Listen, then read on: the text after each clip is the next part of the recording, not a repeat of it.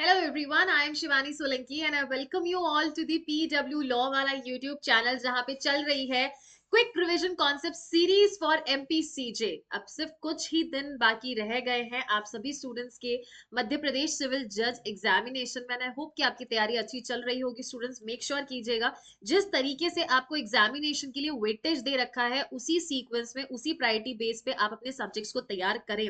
No doubt constitution एक बड़ा subject रहता है लेकिन क्योंकि उसका वेटेज कम है तो उसके साथ साथ आप ये मेक श्योर करें CPC, CrPC, Indian evidence act and IPC पर अच्छी कमांड बना लीजिए क्योंकि यहाँ से मैक्सिमम क्वेश्चंस आने वाले हैं। So without wasting any time let's begin with the session. और आज हमारे पास स्टूडेंट्स ट्रांसफर ऑफ प्रॉपर्टी है डील करने को। ट्रांसफर ऑफ प्रॉपर्टी एक्ट जो कि हमेशा अगर एमपीसीजे के पीवाईक्यूज को उठा के देखे तो बहुत मॉडरेट क्वेश्चंस पूछे गए, इतने ज्यादा टेक्निकल क्वेश्चंस कभी भी टीपी एक्ट से एक्सपेक्ट नहीं किए गए। टीपी एक्ट में जो एक चीज आपको करनी है वो है कि सारे डॉक्ट्रिन अच्छे से ध्यान रखें एंड जितने भी हमारे स्टूडेंट्स टाइप्स ऑफ ट्रांसफर्स हैं उन सबके सेक्शन से थोड़ा अच्छे से भली भांति परिचित रहें। Along with that, there is one more request which I would like to raise with respect to your Transfer of Property Act. That is कि जब भी आप टीपीए पढ़ रहे हैं तो ये मेक श्योर करें स्टूडेंट्स कि आप टेबल बनाते जाएं उन इंपॉर्टेंट सेक्शंस की जो आपको लग रहा है कि पहले आ चुके हैं या आने की संभावना है। Transfer of property act although it is very easy but at the same time you need to understand that this is a technical subject. Easy रह के भी कभी कभी ऐसे हट के क्वेश्चन पूछ लिए जाते जिसकी हमने कभी उम्मीद नहीं की होती है। So without wasting any time, let's begin with the session students. PYQs को एनालाइज करते हुए हम हर सब्जेक्ट को रिवाइज कर रहे हैं। अभी तक हम मेजर लॉस को ऑलरेडी रिवाइज कर चुके हैं, अब बचते हैं हमारे पास माइनर लॉस। तो देखिए पहला सवाल ये कहता है which is not an immovable property. Now for that you must know that what is an immovable property and for that matter also what is a movable property. Immovable property की definition अगर transfer of property act में देखेंगे students तो वो negative में दे रखा है। It says that what all things is not included in immovable property. Then what is included in immovable property? It is any land, any things which are attached to the land, or anything which is so attached to the what is attached to the earth। कहने का तात्पर्य simple इतना ही तो है कि जो चीज आपके अर्थ को अटैच्ड है, अर्थ में एम्बेडेड है, अर्थ में रूटेड, अगर उसको आपने कुछ भी चीज अटैच कर दी है तो anything things arising or benefits arising out of the land or things attached to what is so attached to the earth। तो कोई भी एनीथिंग रूटेड है, एनीथिंग एम्बेडेड है, तो उस पे आपने कुछ भी अटैच कर दिया है। फॉर दैट मैटर एम्बेडेड क्या हो सकता है, कोई वॉल हमने बनाई है। रूटेड क्या हो सकता है, कोई ट्री हो सकता है। इन सब पे अगर हमने कुछ अटैच कर दिया, वॉल पे विंडो लगा दी, पेड़ लगा दिया, वॉल पे पेड़ तो नहीं लगेगा, फॉर दैट मैटर फैन लगा दिया, लाइट लगा दिया, so what are these? Now these all are a part of immovable property. So इनमें से कौन सी चीज इमूवेबल प्रॉपर्टी में नहीं आती? राइट टू वे आता है, राइट टू फिशिंग आता है, राइट टू रिडेम्पशन आता है। क्या नहीं आता है? It is your royalty. Next question, tangible immovable property of value of this amount or upward can be transferred only by registered instrument। अब ये क्वेश्चन देखोगे स्टूडेंट्स तो ये एक जनरल क्वेश्चन पूछा है। ये चाहते तो यहां पर लीज, मॉर्गेज, सेल, गिफ्ट के पर्सपेक्टिव में क्वेश्चन पूछा जा सकता था कि आखिर इन सब का ट्रांसफर कैसे होता है। It depends, completely depends, accept in part of lease. सब पे डिपेंड करता है प्रॉपर्टी की वैल्यू कितनी है। लीज में डिपेंड्स कि कितने ड्यूरेशन के लिए या what purpose you have given the property for. So general rule क्या कहता है? इमूवेबल प्रॉपर्टी जिसकी वैल्यू मोर देन 100 रुपीज है तो हमें हमेशा रजिस्टर्ड इंस्ट्रूमेंट से जाना है। दैट इज, हम बात करते हैं section number 9 which transfer of property says कि ओरल भी हो सकता है, रिटर्न भी हो सकता है, but at the same time अगर कहीं पर लिखा है that it has to be mandatory by written instrument तो फिर आपको रिटर्न करना पड़ेगा। And written instrument not necessarily always mean registered instrument. Okay, registered means we are going to the registrar, आप प्रॉपर स्टैम्प ड्यूटी पे करके उसको register करें, that is said to be a registered instrument. तो यहाँ पे अगर 100 रुपीज से अबव है तो वो किस में आएगा? इमूवेबल प्रॉपर्टी के अंदर आ जाएगा। और उसको, हालांकि 100 से कम वाली भी इमूवेबल प्रॉपर्टी में आएगी लेकिन अबव 100 है तो आपको हमेशा रजिस्टर्ड इंस्ट्रूमेंट के थ्रू ही प्रॉपर्टी को ट्रांसफर करना है। Okay, transfer of immovable property by way of gift not comprises necessarily element। इसमें से कौन सा एलिमेंट स्टूडेंट्स आपको गिफ्ट में नहीं दिखने वाला है? डोनर एंड डोनी होते हैं, एक्सेप्टेंस बाय और बिहाफ ऑफ डोनी ये भी होता है, by way of registered deed by at least 2 witnesses, और only delivery of the property. इन्होंने बोला transfer of immovable property, and वो क्या हो रहा है? गिफ्ट हो रहा है। तो वी नो फॉर गिफ्ट अगर मूवेबल प्रॉपर्टी है तो आप डिलीवरी ऑफ पोजेशन कर सकते हैं, लेकिन अगर इमूवेबल प्रॉपर्टी है it is mandatory for registered instrument. तो रजिस्टर्ड डीड चाहिए हमको एटलीस्ट 2 विटनेसेस के द्वारा, क्या नहीं चाहिए? That is delivery of property. और इसी के साथ हम लोग डिस्कस करेंगे गिफ्ट का सेक्शन नंबर 122। साथ ही साथ आपको अनदर सेक्शन भी पढ़ने, 129 तक डेफिनेटली पढ़ना है, ठीक है। 122 क्या कहता है? Transfer of certain existing movable और immovable property. Always remember, gift movable property का भी हो सकता है एंड गिफ्ट इमूवेबल प्रॉपर्टी का भी हो सकता है। It is always made voluntary, स्वेच्छा से, without consideration. Remember this can be read with section number 25 of Indian Contract Act, where Indian Contract Act का section number 25 says that any agreement without consideration is said to be a void agreement. But we have 3 exceptions. उसमें ये एक exception भी आ सकता है, that gift even being a transfer, even being a valid contract, जब उसमें consideration नहीं है, still it is considered to be a valid transfer. Without consideration होता है by one person who is called as donor. उस person को हम क्या बोलते हैं स्टूडेंट्स? डोनर बोलते हैं। और कौन से पर्सन को जाता है? दूसरे पर्सन को हम वो गिफ्ट ट्रांसफर करते हैं to another person who is called as donee. क्या बोला जाता है उसको? डोनी।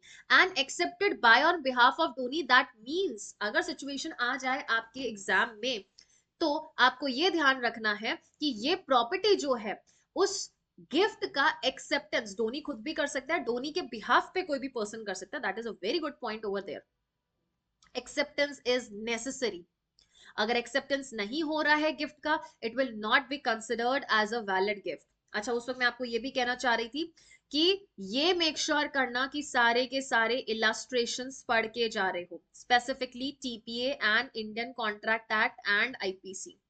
इनके इलस्ट्रेशन छोड़े बिना नहीं जाना है, इवन इंडियन एविडेंस एक्ट, क्योंकि यहां से स्टूडेंट्स क्वेश्चंस आते हैं। स्पेसिफिकली मैं कहूं तो वो इलस्ट्रेशन जो कि एग्जाम में ऑलरेडी आ चुके हैं या फिर आपके पेरेंट में अटैच्ड है। सो मेक श्योर इलस्ट्रेशन के बिना गए तो वहां पे अपना कुछ भी लॉजिक यूज करोगे, गलत आंसर लगा के आओगे।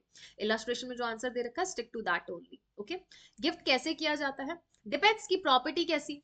अगर प्रॉपर्टी मूवेबल प्रॉपर्टी है तो डिलीवरी ऑफ पोजेशन हो सकता है या फिर रजिस्टर्ड इंस्ट्रूमेंट हो सकता है। लेकिन अगर प्रॉपर्टी immovable property है, then only and only by registered instrument only. Donor and donee does not have any option to opt for delivery of possession. Is it clear? इसके साथ साथ एक और पॉइंट आपको ध्यान रखना है, that gift को accept कब तक करना है? What is the time period within which we can accept the gift? We have said that donee जब students accept करेगा तभी हम कहेंगे that that is a valid gift. So acceptance of gift कब होगा? कब तक गिफ्ट को एक्सेप्ट किया जा सकता है? During the life time of the donor. जब तक डोनर वो गिफ्ट देने योग्य है, केपेबल है, तब तक आप गिफ्ट को एक्सेप्ट कर सकते हो। Why this capacity of or the lifetime of the donor has been given? Because what if that is an ancestral property और जो उसकी खुद की है, लेकिन अगर डेथ हो गई तो उसकी डेथ हो गई तो उसके बाद एक्सेप्टेंस हो रहा, that will not be considered as a valid acceptance, because अब उसकी एंसेस्ट्रल प्रॉपर्टी में उसके एंसेस्टर्स का राइट बन चुका है। एंड नेक्स्ट इज, साथ ही साथ प्लस बोल रखा है, and while he is still capable of giving. Still capable of giving means he is entitled to give, he has right to give, that is वो rightful owner है। what if मान लो बेटा उसकी प्रॉपर्टी है और उसकी प्रॉपर्टी अटैच हो गई जो कि आपको गिफ्ट करना चाह रहा था, बट कोई लीगल लाइबिलिटी के अंतर्गत उसकी प्रॉपर्टी अटैच हो गई, तो now even if he is alive, even if he is उसकी लाइफ टाइम चल रही है, during the life time, but still he is not capable to give the gift, reason being कि वो अटैच हो चुका है। अब वो लीगल लाइबिलिटी पूरी करने के लिए प्रॉपर्टी को डिस्पोज करना पड़ेगा। So is not capable of giving the gift now, so in that case वो गिफ्ट का एक्सेप्टेंस इन दोनों चीजों के बाद किया, that will not be considered as valid gift. And मान लीजिए अगर डोनी की डेथ हो जाए एक्सेप्टेंस से पहले, ये तो हमने क्या बोला? डोनर। आई होप मैंने वर्ड डोनर बोला। डोनर की लाइफ टाइम तक एंड जब तक वो केपेबल है गिफ्ट देने के लिए तब तक आप गिफ्ट दे सकते हो, लेकिन अगर डोनी एक्सेप्टेंस से पहले उसकी डेथ हो जाती है तो गिफ्ट बिकम्स वॉइड। क्या हो जाता है? गिफ्ट वॉइड हो जाता है यहाँ पे। If donee dies before acceptance तो गिफ्ट वॉइड हो जाता है। एंड अगर फ्यूचर प्रॉपर्टी का गिफ्ट दिया तो इट इज ऑल्सो वॉइड। तो जहां जहां जहां पे बेटा वॉइड होता है वहां वहां के मैंने पॉइंटर्स एक साथ लिख दिए हैं। Moving on to next question which says which interest is not transferable. इसमें से क्या ट्रांसफर नहीं किया जा सकता? For that we need to move on to section number 6, जिसमें वो सारे पॉइंटर्स दे रखे हैं जो कि ट्रांसफरेबल नहीं है। वेस्टेड इंटरेस्ट ट्रांसफरेबल है, कंटेंजेंट इंटरेस्ट ट्रांसफरेबल है, इंटरेस्ट ऑफ द लेसी भी ट्रांसफरेबल है स्टूडेंट्स। इंटरेस्ट ऑफ लेसी क्या है? लेसी का इंटरेस्ट आगे ट्रांसफर कर सकते हैं, बिल्कुल कर सकते हैं, जहां पे लेसी सब लीज बना सकता है और अपना इंटरेस्ट को आगे फर्दर ट्रांसफर कर सकता है। Contingent interest, contingent means which depends on the happening और non happening, so that is also transferable. Vested interest, it is vested from day one, निहित हित है। And third is mere spes successionis, this is not transferable. What is meant by mere spes successionis students? ये ध्यान रखना है आपको। mere spes successionis का मतलब है मात्र आपको इतनी उम्मीद है कि हो सकता है कि आप किसी की प्रॉपर्टी का सक्सेशन का हिस्सा बनेंगे, that the property might devolve on you। इस उम्मीद के साथ आप अपनी प्रॉपर्टी आज ही ट्रांसफर कर देते हैं, दैट इज नॉट अलाउड। चलो सेक्शन नंबर 6 को एक एक करके वन बाय वन अच्छे से डील करेंगे। What can be transferred and what can not be transferred. So section number 6 में जनरल रूल क्या बोला बेटा? Only transferable property can be transferred और property of every kind can be transferred. What is the word? every kind, specifically word है every kind, all kind of property can be transferred except these 10 things। ये सारी चीजें transfer नहीं हो सकती है, उनके अलावा सब कुछ ट्रांसफर किया जा सकता है। So one by one we will deal कि कौन कौन से ट्रांसफर का एग्जैक्टली क्या क्या मतलब है। सो सेक्शन नंबर 6 में स्टूडेंट्स अगर फर्स्ट पॉइंट देखें which deals with the chance of heir apparent. अब वन बाय वन बहुत अच्छे से सुनना, what is meant by chance of heir apparent. जितने अच्छे से इन चीजों को समझ लोगे दिमाग में फिट हो जाएगी। These 10 things can not be transferred, जिसमें सबसे पहले बोला chance of heir apparent. Heir means what? ये उम्मीद है, स्पेस सक्सेस यहीं से आया। ये उम्मीद है कि कोई पर्सन है उसकी प्रॉपर्टी को, इफ इट इज इंटेस्टेड, तो उसकी प्रॉपर्टी को सक्सीड किया जाएगा उसकी नेक्स्ट जनरेशन के द्वारा। If a person is under a belief that his parents की उसकी डेथ होते ही all of the property of the parents will be inherited by him, तो क्या वो आज ही उस प्रॉपर्टी को ट्रांसफर कर दे? No, because the title is with the parents. वो टाइटल जब तक उस पर्टिकुलर पर्सन को नहीं मिल जाता है किसी भी रूप में, जिस भी तरीके से वैलिड लॉफुल ट्रांसफर होता है, तब तक वो प्रॉपर्टी का ट्रांसफर नहीं कर सकता, because he is merely under a belief. अभी सिर्फ और सिर्फ उसको चांस लग रहा है, प्रोबेबिलिटी है, पॉसिबिलिटी है, लेकिन अभी तक प्रॉपर्टी का टाइटल मिला नहीं है। Second is chance of legacy, that is will. Chance of legacy means what? Legacy means कि ऐसा लग रहा है कि विल बनाई जा सकती है किसी पर्टिकुलर पर्सन के नाम पे। The person is under a belief that कोई प्रॉपर्टी उसके नाम में आ सकती है, प्रोवाइडेड कि कोई पर्सन उसको विल बना के दे दे। Now we all know students कि विल एग्जीक्यूट कब होती है? When does will comes into force? It comes into force on the death of a legatee. जिस पर्सन ने विल बनाई है उसकी डेथ होने पर विल एनफोर्समेंट में आती है, इफेक्ट में आती है। तो ये मात्र उम्मीद की कोई विल आपके नाम पे होगी या विल बन चुकी है, but today the property haven't been transferred to you, तो under that chance the property can not be transferred. The property can not be transferred. Third is any other mere possibility of like nature. कोई भी ऐसी possibility जो कि like nature की लग रही है। Like nature means you are under a belief that कोई पर्टिकुलर नंबर ऑफ चीज, कोई भी थिंग आप गेन कर लेंगे, ऐसी possibility. For example there is a fisherman students, उसको लगता है कि वो आज 250 फिशेस तो कैच कर ही लेगा, लेकिन ये जरूरी भी नहीं है, कभी 200 भी कर ले, कभी 300 भी कर ले, कभी 400 भी कर ले, कभी 100 ही कर पाए। उसको पॉसिबिलिटी है कि क्योंकि पहले ऐसा हो चुका है, इस नेचर की फिशेस मैं ला चुका हूं, तो वो मैं आज ही ट्रांसफर कर देता हूं। If the fisherman goes into the market and एक बायर को बोलता है कि आज 250 फिशेस, जितनी 250 फिशेस जो आज मैं पकड़ने वाला हूँ आज आपकी है, तो पॉसिबिलिटी है कि ऐसा हो सकता है, बट अभी हुआ नहीं है, लाइक नेचर की पॉसिबिलिटी है। मियर पॉसिबिलिटी को आप ट्रांसफर नहीं कर सकते until and unless the fisherman actually gets those 250 fishes into his hand. Third is right to re entry, that is re entry का राइट किसका होता है? ओनर का होता है। बेटा अगर ओनर ने प्रॉपर्टी मान लीजिए लीज पे दिया, एंड लीज टर्मिनेट कब होती है? When the lease gets determined as per 111 section number 111, lease gets determined on any breach of condition also. Express condition mention कर रखी थी, कंडीशन का ब्रीच कर दिया, लीज टर्मिनेट हो जाएगी and owner will get the right to re entry, yes और no? yes he will definitely get.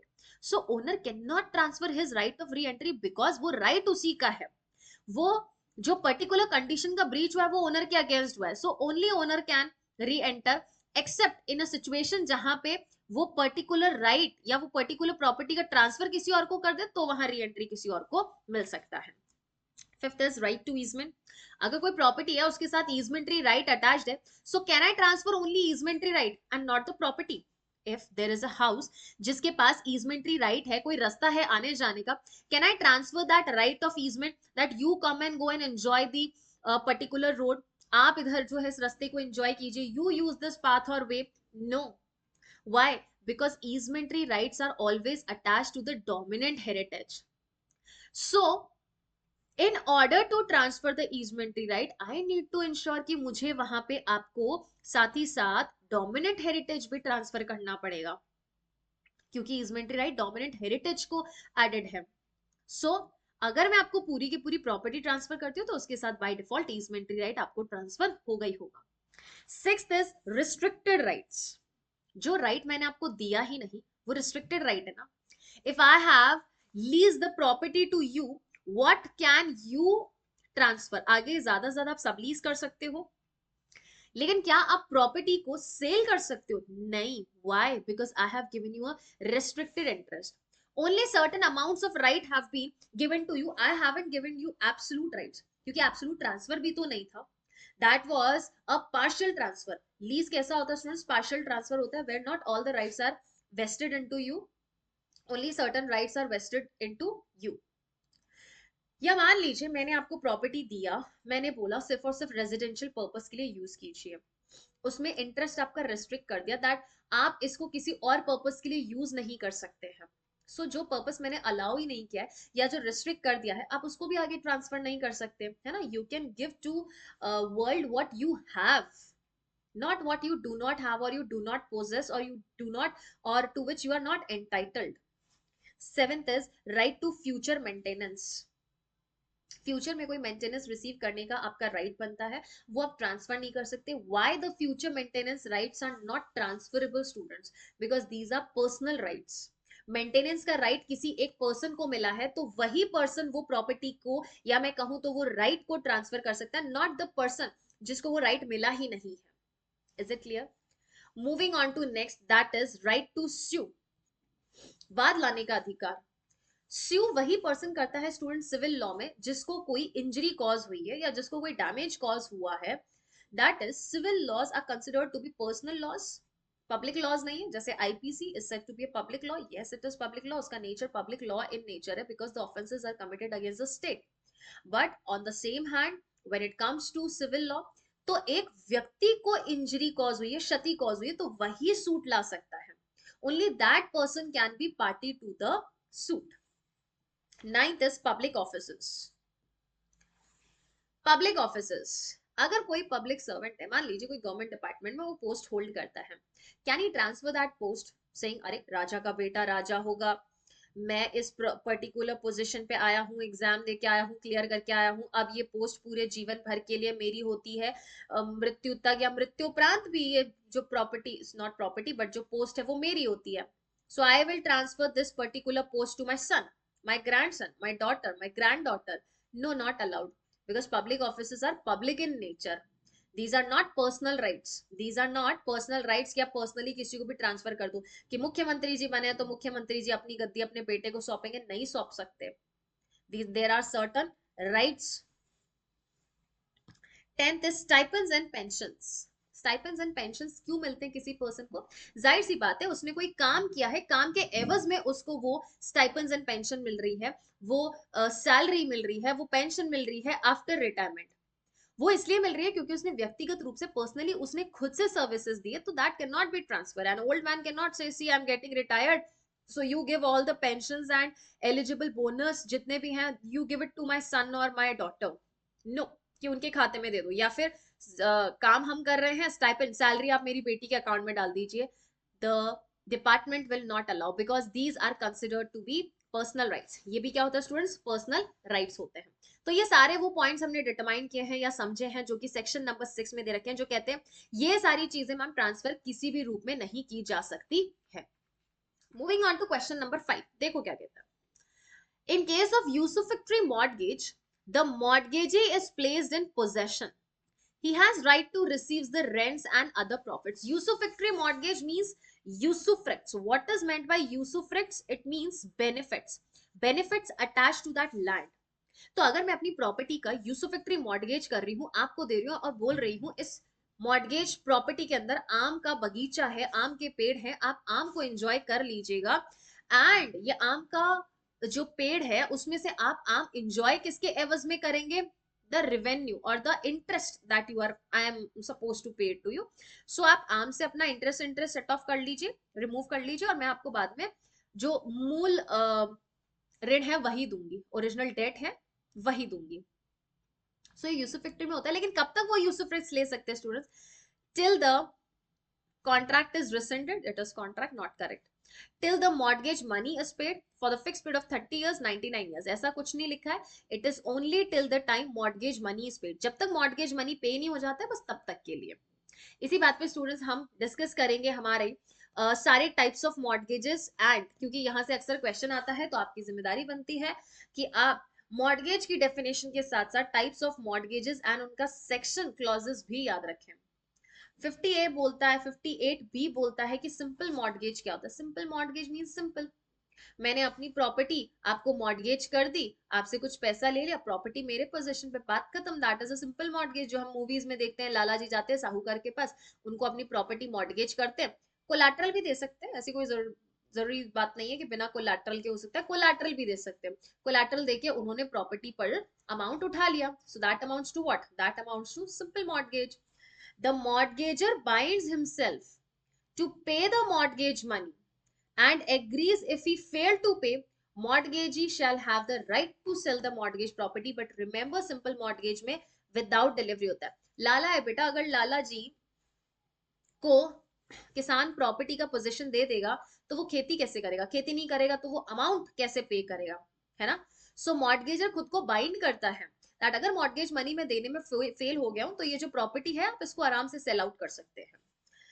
Mortgage bye conditional cell, conditional cell मतलब कंडीशन लगा दी है कि हम आज आपको एक सेमी सेल कर रहे हैं या एक ट्रांसपेरेंट सेल तो कर रहे हैं, एक कंडीशनल सेल कर रहे हैं हम आपको, लेकिन आपको ये ध्यान रखना है कि जब मैं आपको ये अमाउंट पे कर दूं तो ये सेल वॉइड हो जाएगी, लेकिन अगर मैं आपको ये अमाउंट पे करने में फेल हो जाऊं अपॉइंटेड डे पे, तो उस दिन ये सेल क्या हो जाएगी? एब्सोल्यूट हो जाएगी, कंक्लूसिव हो जाएगी।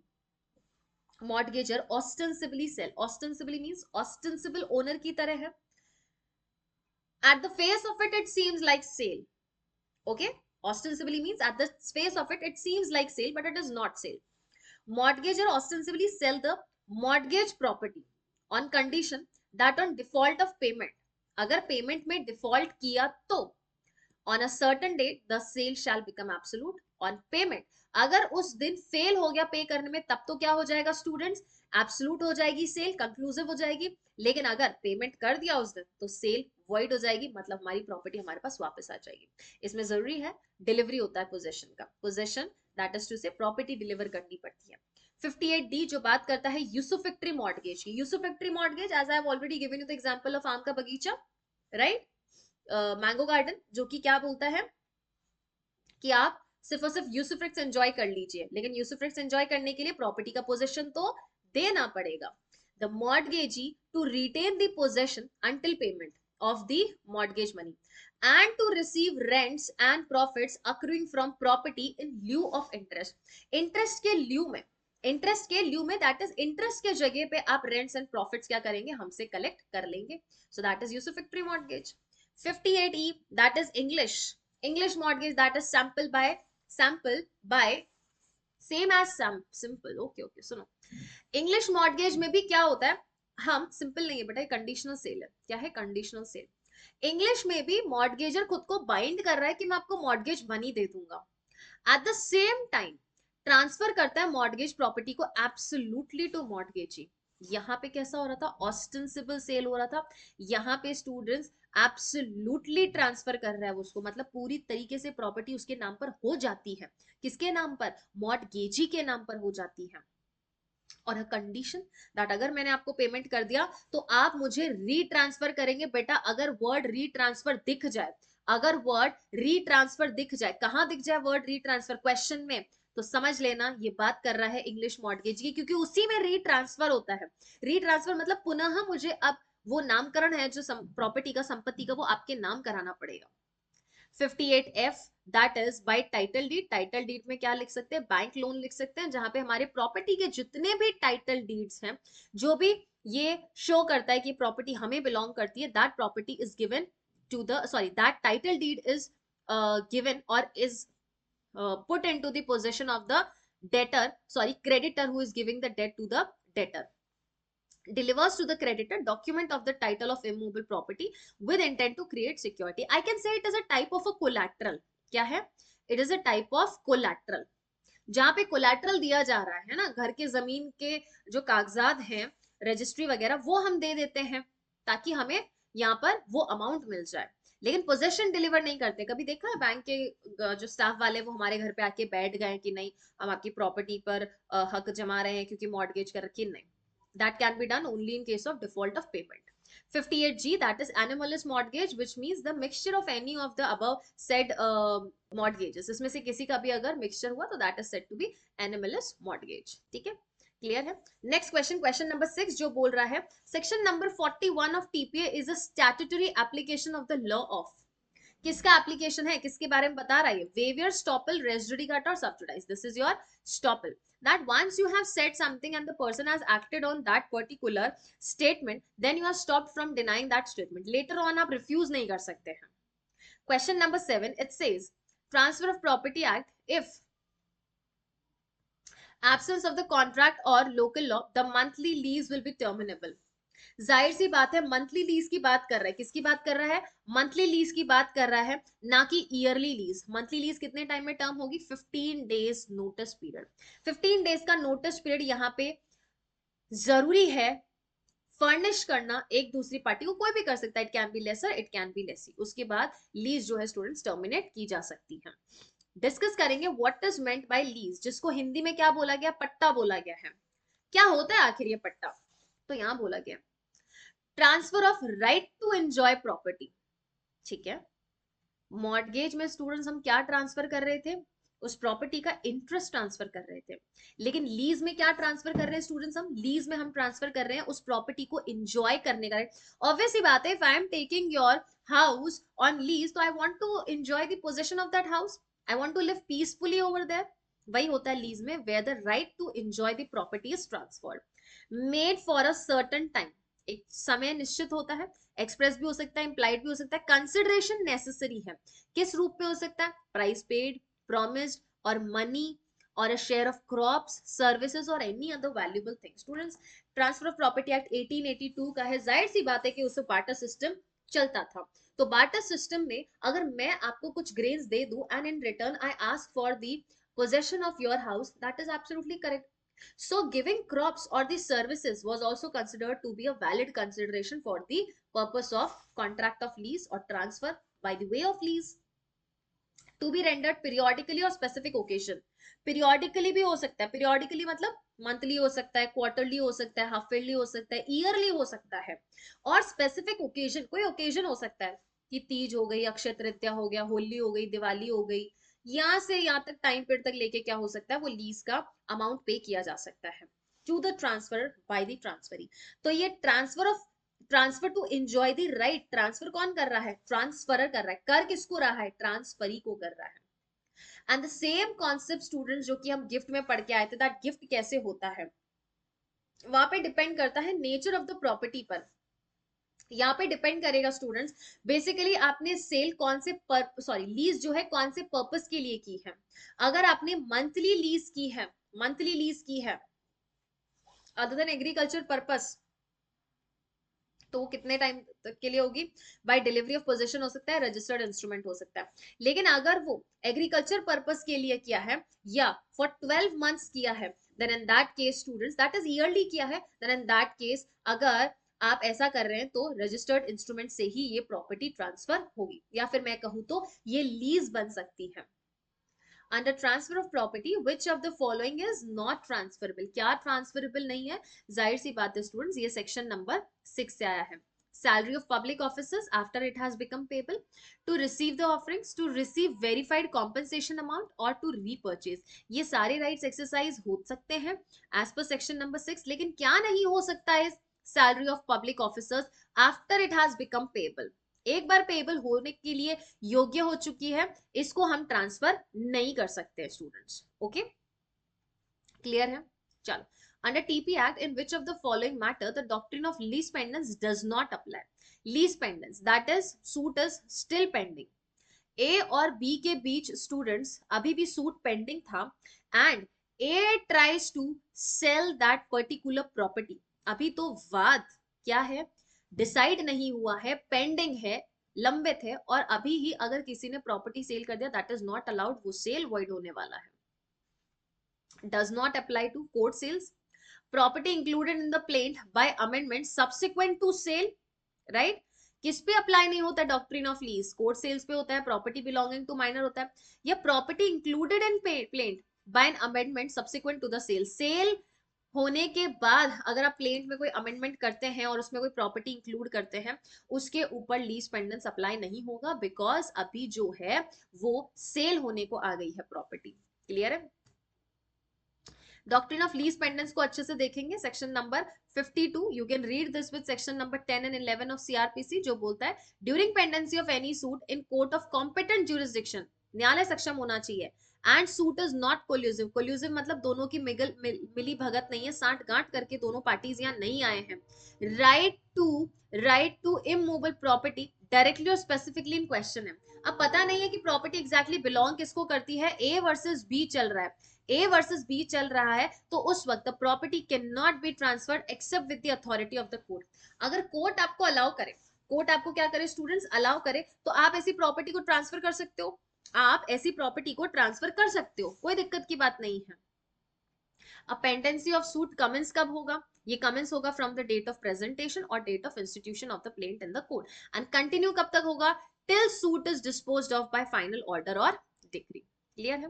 Question number 10, according to section number 54, जो कि किसकी बात कर रहा है student, the contract of sale of immovable property, sale की बात कर रहा है। Remember this that transfer of property act में हम कौन से सेल की बात करते हैं, हम बात करते हैं सेल ऑफ इमूवेबल प्रॉपर्टी की। Create any interest in the property, create charge of the property, create title on the property, और a contract that the sale of such property shall take place on the terms settled between the parties। contract for sale है बेटा, मतलब हम agreement to cell कर रहे हैं, क्या कर रहे हैं, एग्रीमेंट टू सेल, हम ये डिसाइड कर रहे हैं बेटा, सेल के लिए कॉन्ट्रैक्ट है, सेल का कॉन्ट्रैक्ट नहीं, कॉन्ट्रैक्ट ऑफ सेल नहीं, वो तो सेल डीड हो जाएगा। कॉन्ट्रैक्ट फॉर सेल मतलब फ्यूचर में हम सेल करेंगे, इसके लिए हम आज कॉन्ट्रैक्ट कर रहे हैं, contract for cell. So, a contract that a sale of such property shall take place on terms settled between the parties. That was your question number 10. इसी बात पे स्टूडेंट्स हम लोग ये समझेंगे कि सेल में क्या क्या आता है। It is an transfer of ownership in exchange of price paid और प्रॉमिस, प्राइस या तो पे करने का प्रॉमिस किया है, या फिर प्राइस पे की जा चुकी है, या पार्टली पे की गई है एंड पार्टली आगे देने की, आगे इन फ्यूचर प्राइस देने की प्रॉमिस की गई है। होगा कैसे सेल, डिपेंड करेगा इमूवेबल प्रॉपर्टी की वैल्यू अगर लेस देन 100 रुपीज है स्टूडेंट्स, तो डिलीवरी ऑफ पोजेशन या रजिस्टर्ड इंस्ट्रूमेंट से ही होगा, लेकिन अगर प्रॉपर्टी की वैल्यू मोर देन 100 रुपीज है, then only and only through registered instruments ही होने वाला है। ये कुछ buyers and buyer and seller के राइट्स हैं, थोड़ा ये चीज देखना जरूरी है। सेलर का राइट एंड बायर का right, it will also depend upon whether the sale has been concluded और sale has not been concluded. अगर सेल कंक्लूड हो गया तो सेलर का राइट एंड लाइबिलिटी क्या है, अगर सेल कंक्लूड नहीं हुआ है तो सेलर का राइट एंड लाइबिलिटी क्या है। इन द सेम केस अगर सेल कंक्लूड हो चुका है तो बायर का राइट्स एंड ड्यूटीज क्या है, एंड अगर सेल कंक्लूड नहीं हुआ है तो सेल बायर का राइट्स एंड ड्यूटीज क्या है, ये भी ध्यान रखना है। राइट्स क्या होगा, जाहिर सी बात है प्रॉफिट्स एंड रेंट्स लेने का सेलर का राइट होगा, कब तक, जब तक कि ओनरशिप पास नहीं हो जाती। बायर का राइट क्या, वो बेनिफिट्स एंड वो इंप्रूवमेंट्स लेने का जब आपको प्रॉपर्टी सेल हो जाती है तो। लाइबिलिटीज क्या रहने वाला है स्टूडेंट्स, लाइबिलिटीज क्या रहेगा सेलर एंड बायर का। सेलर के ऊपर ये लाइबिलिटी है कि वो सारे मटेरियल डिफेक्ट्स को डिस्क्लोज करेगा, सारे डॉक्यूमेंट प्रोड्यूस करेगा जो कि प्रॉपर्टी के रिलेटेड है, to produce all documents relating to property when required by the buyer for the examination। अगर बायर ने बोला कि कोई पर्टिकुलर प्रॉपर्टी है, मुझे इसको इंस्पेक्ट करना है, नीड टू सी कि प्रॉपर्टी जेन्युइन है कि नहीं है, आपने रजिस्ट्री करवाया कि नहीं करवाया, क्या सेलर को प्रोड्यूस करना पड़ेगा, यस एब्सोल्युटली सेलर को प्रोड्यूस करना पड़ेगा। Next is to answer all relevant questions put up by the buyer, buyer को जो भी रेलेवेंट क्वेश्चंस पुट अप किए गए वो भी बताइए। देखो जरूरी है बेटा ये रेलेवेंट होना चाहिए, ऐसे नहीं कोई भी इररेलेवेंट क्वेश्चन पूछ रहा है आपकी क्वालिफिकेशन क्या, आपकी शादी के हुए, these are not the relevant questions जो कि सेलर की लाइबिलिटी दिखाता है। बायर ने अगर पूछा है कि घर की स्थिति कब क्या है, घर कब बनाया गया था, कौन सा जो आइटम है आपने इसमें यूज किया है, these become a relevant, these questions are said to be relevant question and can form a part of the contract also। to execute a proper conveyance of property on payment of amount due in respect of price। proper conveyance means sale deed execute कीजिए, proper sale deed होगी तो उससे rights हम कह सकते हैं कि property में पार्टी को ट्रांसफर हो चुके हैं। If there is no proper sale deed, that is to say registration नहीं करवाया, where the property is more than ₹100 की value, then definitely that in that case the title or the ownership of that person can be challenged in future। to take care of the property and all documents between the date of contract of sale and delivery of possession, जब तक property transfer नहीं हो जाती तब तक ध्यान रखे seller उसका, to give possession to the buyer once the payment of amount has been done. Buyer की क्या ड्यूटी रहेगी, डिस्क्लोज करें ऐसा कोई भी मटेरियल फैक्ट जो कि सेल के वक्त सेलर अवेयर नहीं था। To pay the purchase money, जो परचेज मनी डिसाइड कर रखा है बायर उसको पे कर दे। To bear any loss arising from destruction, injury और decrease in the value of the property not due to the negligence और any act of the seller, seller की वजह से नहीं हुआ है, स्वतः ही कोई इंजरी हो चुकी है, मान लीजिए कोई भूकंप आ गया, दीवार अपने आप से घिर गई है, सेलर की इसमें कोई गलती नहीं है, buyer is himself going to be liable. Question number 12 था जो बोलता है अटेस्टेड का मतलब क्या होता है, what is meant bye attested. तो इस मामले में स्टूडेंट्स आप क्वेश्चन नंबर 12 में अटेस्टेड की डेफिनेशन जरूर थोड़ा सा पढ़ के जाएं कि अटेस्टेड के अंदर क्या क्या आता है। अटेस्ट हमेशा एक डॉक्यूमेंट सॉरी इंस्ट्रूमेंट को करते हैं। It means and shall include first attested by 2 or more witnesses each of whom have seen। दो या दो से ज्यादा विटनेस जब उसको अटेस्ट करेंगे तो हम मानेंगे अटेस्टेड है, प्रोवाइडेड कि उस पर्टिकुलर अटेस्टिंग विटनेस ने देखा होना चाहिए अटेस्टेड को साइन करते हुए, या उसने देखा होना चाहिए एग्जीक्यूटेंट को अपना मार्क उस पर्टिकुलर इंस्ट्रूमेंट पे अफिक्स करते हुए, या कोई अदर पर्सन को साइन करते हुए देखा है, and by the directions of the executant has received from the executant a personal acknowledgement, या फिर executant ने खुद उसको personally आके acknowledge किया होना चाहिए कि मैं ऐसा ऐसा आज जो इंस्ट्रूमेंट है वो रिकॉर्ड करके आया हूँ या इंस्ट्रूमेंट को ऐसा एग्जीक्यूट करके आया हूँ। each of whom has signed the instrument in the presence of the executant, executant के presence में जिसने साइन किया each of them। अब ये कोई जरूरी नहीं है that one of such witnesses shall have been present at the same time, ये जरूरी नहीं है कि जब ये स्टूडेंट्स डॉक्यूमेंट एग्जीक्यूट किया गया था उस वक्त हर एक व्यक्ति हर एक विटनेस वहां मौजूद हो ही हो, जरूरी नहीं है, बाद में भी मौजूद हो सकता है या उस वक्त एक भी हो सकता है तो भी चलेगा। This is an important point, ये ध्यान रखना। ऑल्सो कोई पर्टिकुलर फॉर्म भी नहीं है अटेस्टेशन का, कोई पर्टिकुलर फॉर्म भी नहीं है अटेस्टेशन का। बी बोल रहा है what is the effect of holding over. Holding over का इफेक्ट क्या होता है स्टूडेंट्स, लीज का कॉन्सेप्ट है 116, lease becomes illegal, lease is renewed, lease becomes extinguished, lease becomes void। Simple सी चीज है, A is a lessor, B is a lessee। अब जब लेसी इसको रेंट पे करता गया है, लीज का टाइम ड्यूरेशन खत्म हो गया है, लेसी इसको अमाउंट पे कर रहा है, लेसर वो अमाउंट एक्सेप्ट कर रहा है, तो ऑटोमेटिकली लीज रिन्यूड समझी जाएगी, that is said to be holding over. Next is which of the following do convey a title, किससे एग्जैक्टली टाइटल कन्वे होता है? एक्सचेंज डीड से होता है, रजिस्टर्ड विल से होता है। अच्छा, do not convey title, okay, registered gift deed, registered sale deed. Exchange deed है, अगर हम एक्सचेंज कर रहे हैं स्टूडेंट्स तो दैट इज अलाउड, कोई प्रॉब्लम की बात नहीं है, हाँ जी, राइट। अगर रजिस्टर्ड विल है तो that is also allowed, will allowed है, लेकिन टाइटल कब कन्वे होता है? टाइटल कन्वे कन्वे होता है, या फिर मैं कहूं विल इफेक्ट में आती है on the death of the legatee. लेकिन आज ही मैंने कोई एक्सचेंज डीड थी उसको रजिस्टर करवा लिया, गिफ्ट डीड थी उसको रजिस्टर करा लिया, सेल डीड थी उसको रजिस्टर करवा दिया, it will amount to conveying of the title, और वो भी बहुत ही प्रॉपरली जो है हमारा टाइटल यहाँ पे कन्वे हो चुका है। Is it clear? Moving to question number 19, जो बोल रहा है within the meaning of section number 51 the transfer of property act, the transferee, section number 51 generally किसकी बात करता है स्टूडेंट? ये बात करता है हमारे इंप्रूवमेंट्स की।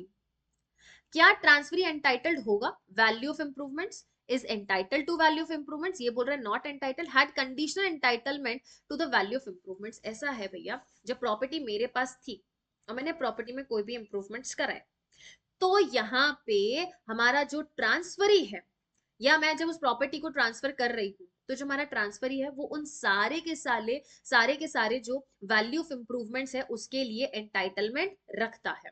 Okay, that is option number B. इसी बात पे सेक्शन नंबर 51 डील करेंगे, जो बोलता है improvements made by bona fide holder under defect. A को नहीं पता कि बी ने जो उसको प्रॉपर्टी ट्रांसफर की है वो गलत आशय से की है, उसकी वो प्रॉपर्टी थी नहीं, ए ने इस प्रॉपर्टी में कोई इंप्रूवमेंट्स करा लिए, बाद में पता चला C was the real owner, ये ट्रांसफरर था, तो whenever the property is being transferred to C, तो सी उन इंप्रूवमेंट्स के लिए भी एंटाइटल्ड है, सी उन इंप्रूवमेंट्स के लिए भी एंटाइटल्ड है। Transferee believing in good faith that he is absolutely entitled to that property is subsequently evicted by person having better title. तो C आके बाद में A को रिमूव कर सकता ना कि you get lost from here because this property belongs to me। आपकी हिम्मत कैसे हुई मेरी बिना परमिशन के मेरी प्रॉपर्टी पे आने के रहने की? This my ancestral property. मान लीजिए वो प्रॉपर्टी उसके बहुत दिल के करीब है, बट बी ने उसको ट्रांसफर किया है, बी ने उसको प्रॉपर्टी ट्रांसफर किया है ना, तो ट्रांसफरी किस चीज के लिए डिमांड कर सकता है? Value of improvement.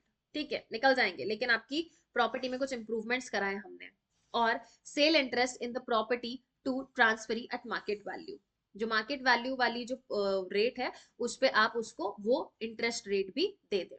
ठीक है, क्लियर है? Moving on to question number 20, आसान सा क्वेश्चन है। It says under TP act which section of TP preserves the rules of Momden law and excludes the applicability of section 123 of TP, which mandates the gift of the immovable property must be effected by registered instrument only? कौन सा वो section है जो कहता है कि अगर आपको किसी पर्टिकुलर प्रॉपर्टी का गिफ्ट करना है बेटा तो आप कर सकते हो, लेकिन गिफ्ट के इस चैप्टर का एप्लीकेशन मॉमडन लॉ पे नहीं होने वाला है। Which section mentions that is section number 129, जो मेंशन करता है हमारे सेविंग क्लॉज के बारे में। किसके बारे में मेंशन करता है स्टूडेंट्स? ये मेंशन करता है हमारे सेविंग क्लॉजेस के बारे में। Moving on to question number 21, देखो स्टूडेंट्स क्वेश्चन नंबर 21 क्या कहता है?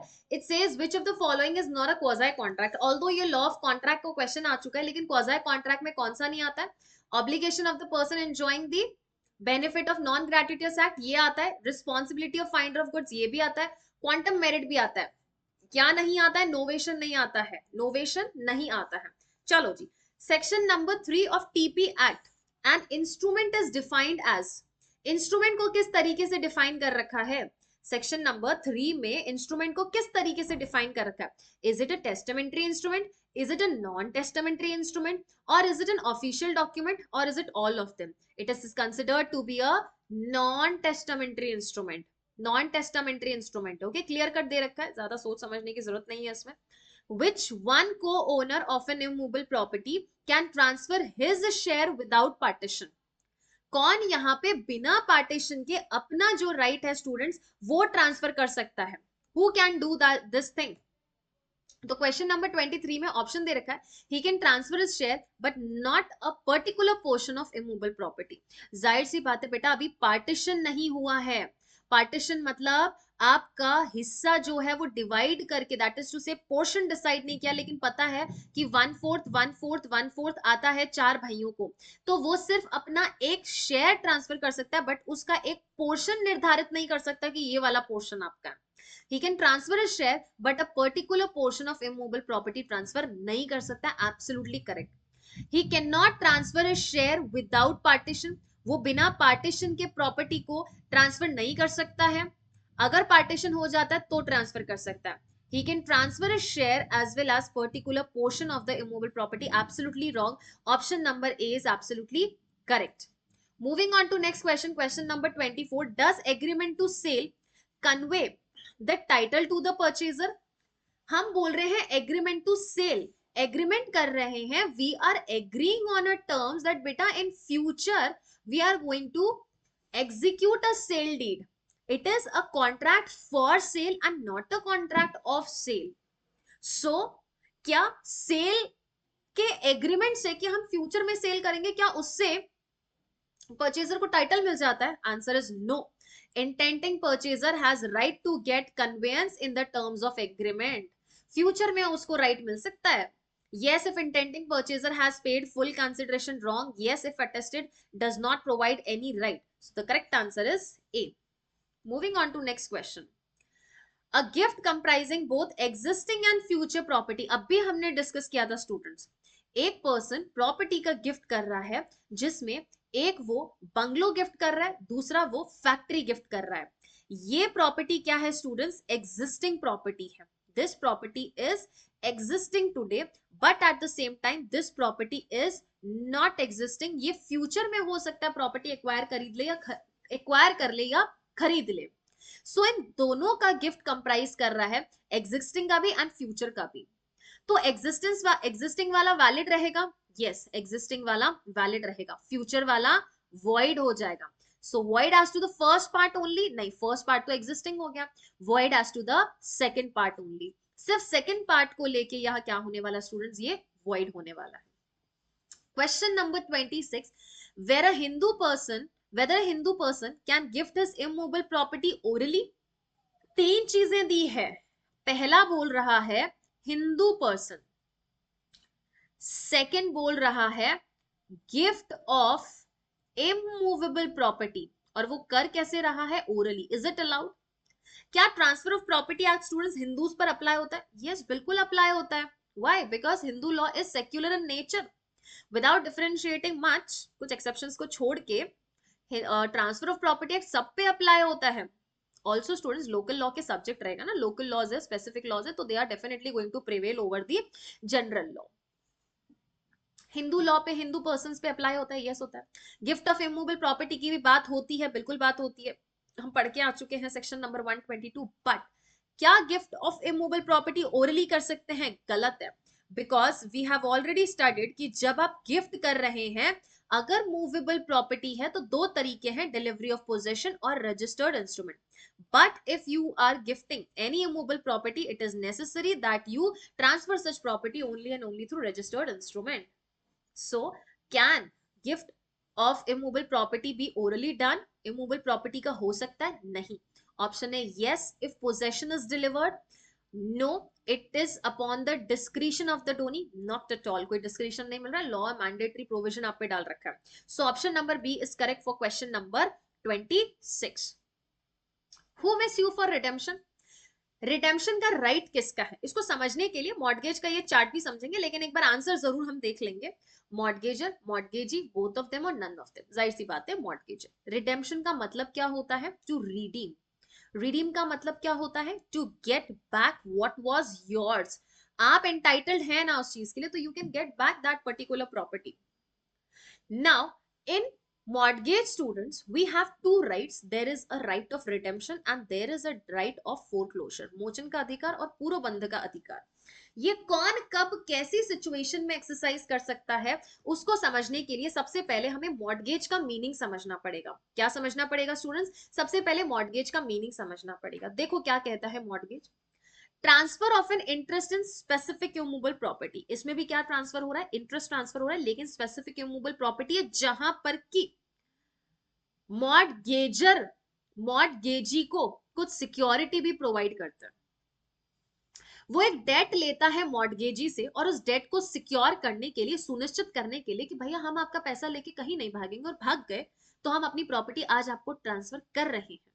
If in case I fail to pay, or if I refuse to pay, or if I am no more competent to pay, in that case आप ये property को cell कर सकते हैं।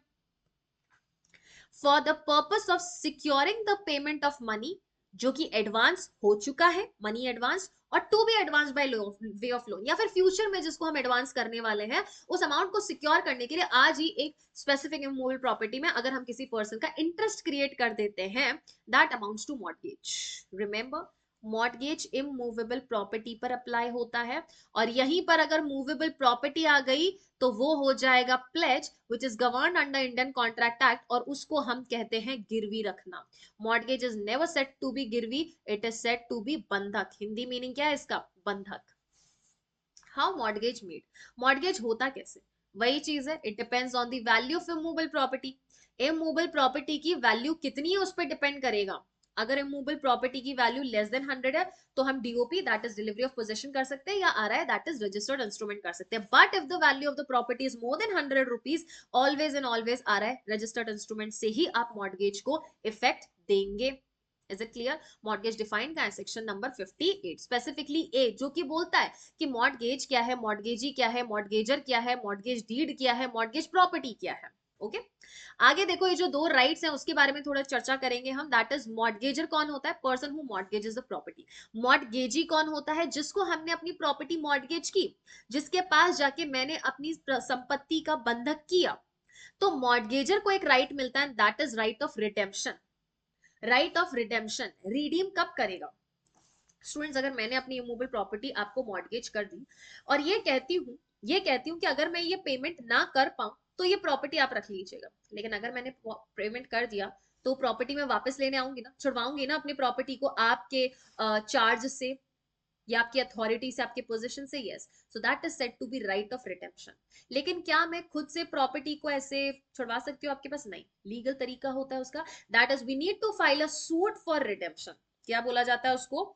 उसको बोला जाता है सूट फॉर रिडेम्पशन। और ये रिडेम्पशन का राइट अराइज कब होता है मॉर्टगेजर का? जब मॉर्टगेजी फेल कर, सॉरी मॉर्टगेजर का राइट तब आता है जब मॉर्टगेजर खुद से पेमेंट कर दे। पेमेंट कर दिया, आपका डेट जो भी था, जितना भी उसके ऊपर इंटरेस्ट था, वो सब सेटिस्फाई कर दिया, now I want my property back, तो उसके लिए सूट ऑफ रिडेम्पशन फाइल कर सकते हो। दूसरा राइट आता है राइट ऑफ फोरक्लोजर। पूर्वबंध का अधिकार किसका होता है? मॉर्टगेजी का, जिसको हमने प्रॉपर्टी मॉर्टगेज की थी, वो क्या कर सकता है यहाँ पे? फोरक्लोजर का राइट एक्सरसाइज कर सकता है only in that case when the mortgagee has failed to pay. Mortgagee नहीं बेटा, मॉर्टगेजर। मॉर्टगेजर, मॉर्टगेजर पैसा देता है ना, तो अगर मॉर्टगेजर ने अमाउंट पे करने में गलती कर दिया, नहीं पे कर पाया समय सीमा पर, निश्चित निर्धारित समय सीमा पर, तो मॉर्टगेजी का राइट बनता है कि मॉर्टगेजर से वो प्रॉपर्टी फोरक्लोज कर लेगा, मतलब कोर्ट में जाएगा, फाइल करेगा सूट फॉर फोरक्लोजर। फोरक्लोजर की सूट फाइल करने पे कोर्ट उसको राइट दे देगा, एंड इन फ्यूचर वो प्रॉपर्टी को सेल भी कर सकता है। Is it clear? Question number 28। अब देखना क्वेश्चन नंबर 28 क्या बोल रहा है। It says, by which of these modes an actionable claim can be transferred? कौन से मोड से एक्शनेबल क्लेम को ट्रांसफर किया जा सकता है? by a registered instrument, by an execution of instrument in writing signed by a transferor, by an instrument attested by two witnesses, or by all of them. We know students, execution अगर हमें चाहिए actionable claim का, तो वो हमेशा एक instrument से होगा जो कि राइटिंग में होना चाहिए। अब इसने आधी अधूरी बात कर दी, इसने बोला it should be attested, writing कहाँ है? तो मोस्ट अप्रोप्रिएट कौन सा हुआ students? B, that is by an instrument in writing, जिसको साइन कौन करेगा? ट्रांसफरर ने ही यहाँ पे इसको साइन करना है। Next question, which of the following can be considered as implied surrender of lease? word surrender आ जाए, that means it is talking about what? it is talking about determination of lease। चाहे मैं determination बोलूं या मैं termination बोलूं, termination of lease, specifically section 111। कैसे surrender होगी lease? Acceptance of new lease taking effect during the continuance of the existing lease, हो सकता है। अगर एग्जिस्टिंग लीज ऑलरेडी थी और वहीं पे कोई न्यू लीज बना दी हमने, न्यू कॉन्ट्रैक्ट बना दी, रिन्यूअल हो गया, तो वो भी हमारी पुरानी वाली लीज का सरेंडर होने वाला है। Abandonment of the possession by the Lesi, lessee yields up his interest under the lease to the lessor by mutual agreement between them. So implied surrender क्या हुआ, एक्सप्रेस की बात नहीं कर रहा, ये तो एक्सप्रेस हो गया, ये implied हो गया। अगर उसने न्यू लीज एक्सेप्ट कर ली बेटा लेसी ने, तो implied है ना कि पुरानी वाली खत्म हो चुकी है, पुरानी वाली का पर्यवसान हो चुका है। Question number 30, a right of a third person for maintenance cannot be enforced under section number 39 against the transferee who is, question सुनो क्या बोल रहा है, it says right of a third person for maintenance cannot be enforced under section number 39 against the transferee who is void, transferee who is voidable, is illegal, is void or is valid। बताओ क्या होगा, third person के against हम maintenance for a maintenance can not be enforce under section number 39 against the transferee who is. अब देखो section number 39 क्या कहना चाहता है, कोई अगर ट्रांसफर किया एक पर्सन ने प्रॉपर्टी को थर्ड पर्सन को, और उस प्रॉपर्टी में राइट टू मेंटेनेंस ऑलरेडी था, एक बेटा हस्बैंड था और एक वाइफ थी, हस्बैंड था वाइफ थी, और हस्बैंड ने अपनी प्रॉपर्टी एक सी नामक पर्सन को ट्रांसफर कर दी, ये प्रॉपर्टी में वाइफ का भी राइट था क्योंकि इससे वो मेंटेनेंस ले रही थी, कोर्ट ने ऐसा ऑर्डर कर दिया। तो जब ये प्रॉपर्टी सी को ट्रांसफर हुई है तो wife B can enforce the right of maintenance against C. हाँ ठीक है, पतिदेव ने आपको प्रॉपर्टी दे दी, ट्रांसफर कर दी, लेकिन उसमें मेरा राइट टू मेंटेनेंस था, मैं तो इसमें से मेंटेनेंस लूंगी, that can be done. Can enforce the right of maintenance against the transferee, तो बी सी के अगेंस्ट ये राइट एनफोर्स कर सकती है। लेकिन क्वेश्चन क्या पूछ रहा है, the right of third person for maintenance can not be enforce, 39 section number 39 में third person that is C के अगेंस्ट बी अपना राइट ऑफ मेंटेनेंस एनफोर्स नहीं कर सकती है अगर वो ट्रांसफर जो है वो इलीगल है। कैसा है वो ट्रांसफर, अगर इलीगल है तो वो ऐसा राइट थर्ड पर्सन के अगेंस्ट दैट इज ट्रांसफरी के अगेंस्ट एनफोर्स नहीं कर सकती है। Question number 31, lease from for of immovable property is not compulsory registrable. कहां पे रजिस्टर नहीं करना है, year two year, lease for a term of 1 year, lease receiving a yearly rent, यहां ईयर हो गया 1 ईयर और ईयर टू ईयर, सब में एक साल ही तो हो गया है, एक साल हो गया। ये पूछे कहां कंपलसरी नहीं, तो बेटा इसमें तो कंपलसरी है, कंपलसरी कहां नहीं है, 1 ईयर से बिलो वाली दैट इज मंथली वाली जो हो चुकी है, वहां कंपलसरी नहीं है क्योंकि वहां पे आरआई भी होता है एंड डिलीवरी ऑफ पोजेशन भी होता है। तो दोनों में से कोई भी तरीका ना, मैंडेटरी कंपलसरी कहां पे है, बाइंडिंग कहां पे है, जहां पे 1 ईयर वाला मामला, so the answer is D, none of the above. Question number 32. The condition restraining absolute alienation is not void when it is. हम एब्सोल्यूट एलियनेशन कर रहे हैं स्टूडेंट्स, तो हम बोलते हैं कि आप कंडीशन नहीं लगा सकते कि हम प्रॉपर्टी को आगे ट्रांसफर नहीं कर सकते, ऐसा वैसा, ऐसे सारे राइट्स जो है वो अलाउड नहीं है। तो कंडीशन रिस्ट्रेनिंग एब्सोल्यूट एलियनेशन कब वॉइड नहीं होगी, मतलब कब वैलिड होगी, it is for the benefit of the lessor, it is for the benefit of the legal heirs of the lessee और the benefits of the lessee, it is for the benefits of the lessor, जहां हम absolute restriction लगा सकते हैं जब हम partial transfer कर रहे हैं। ये बोल सकते हैं कि आप आगे किसी को भी ये प्रॉपर्टी सेल नहीं करोगे, ऐसी कंडीशन स्टूडेंट्स वैलिड रहेगी। Question number 33, where without delivery of possession of mortgage property, mortgager ने bind किया himself personally to pay the mortgage money and agrees that in the event of failing to pay according to the contract, mortgagee shall have right to cause the mortgage property to be sold and proceeds of the sale be applied in payment of the mortgage money. The transaction is called as, simple बोला ना कि मैं खुद को bind कर रहा हूं, ये प्रॉपर्टी आपको मॉर्गेज कर रहा हूं, लेकिन डिलीवरी नहीं होती बेटा, याद है ना, विदाउट डिलीवरी। किसान ने लाला जी को प्रॉपर्टी दिया लेकिन प्रॉपर्टी का पोजेशन नहीं दिया, नहीं तो कमाएगा क्या, खाएगा क्या, खेती किस पे करेगा। So that amounts to simple mortgage. क्या होता है ये, it amounts to simple mortgage, ये चीज ध्यान रखना। Next question, Question number 34. What is not a condition precedent for creation of an interest in favor of unborn person? Unborn person section number 13-14 पढ़ना है। साथ ही साथ हमें 18 19 भी पढ़ना है। सिंपल सा बोला इन्होंने, सॉरी 18 एंड 20 पढ़ना, सिंपल सा बोला इन्होंने कि अगर आप अनबॉर्न पर्सन के फेवर में कोई इंटरेस्ट क्रिएट करना चाहते हैं तो पहले आपको क्या करना पड़ेगा, एक प्रायर इंटरेस्ट क्रिएट करना पड़ेगा। वो अनबॉर्न पर्सन प्रायर इंटरेस्ट की लाइफ से पहले पहले जन्म ले लेना चाहिए। एंड क्या बोला, an number of prior interest can be created. कौन सी कंडीशन नेसेसरी नहीं है, prior interest should be created in the same transfer, absolutely correct. Whole of remaining interest of the transferor in the property should be given to unborn, yes, जैसे ही वो पैदा हो तो ट्रांसफरर का जितना भी रिमेनिंग राइट था जो कि उसने प्रायर इंटरेस्ट को नहीं दिया, वो सबके सब अनबॉर्न पर्सन को देना पड़ेगा, yes. Prior interest should be for life, जब तक वो जीवित है तब तक ही प्रायर इंटरेस्ट उसमें क्रिएटेड रहेगा, yes. Prior interest should be created before transferring the remaining interest in the favour of the unborn person. क्या ये हो सकता है? सुनो क्या बोला जा रहा है क्वेश्चन नंबर 34 में, prior interest should be created before transferring the remaining interest, yes ये भी सही है। लेकिन एक चीज बोला, prior interest should be for life, ये कोई जरूरी नहीं है, ये कोई जरूरी नहीं है, it is not absolutely necessary, क्योंकि हम बहुत सारे प्रायर इंटरेस्ट क्रिएट कर सकते हैं स्टूडेंट्स, जो कि क्या हो सकता है आपका कुछ समय बाद चेंज हो सकता है। So what is not essential is that the prior interest should be for life, okay बराबर है। Prior interest should be created before transferring remaining interest in favour of unborn person, prior interest should be created in the same transfer and whole of the remaining interest should be given.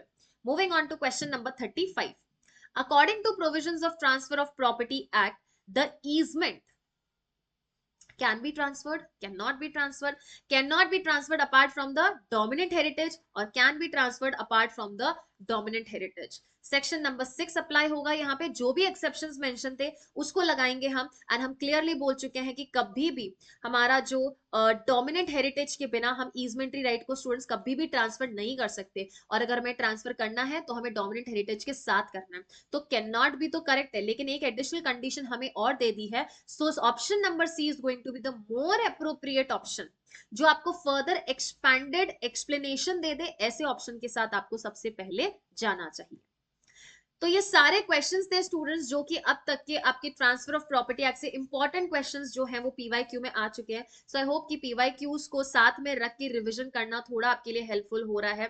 Do let us know about your feedback, and remaining sessions में हम बाकी के सारी classes को भी cover करेंगे, that is limitation act and JJ act भी यहाँ पे कवर होने वाला है। So yes, that was all from my side in today's session. I hope you all have enjoyed this session. We will meet in another new session. Till then, thank you so much.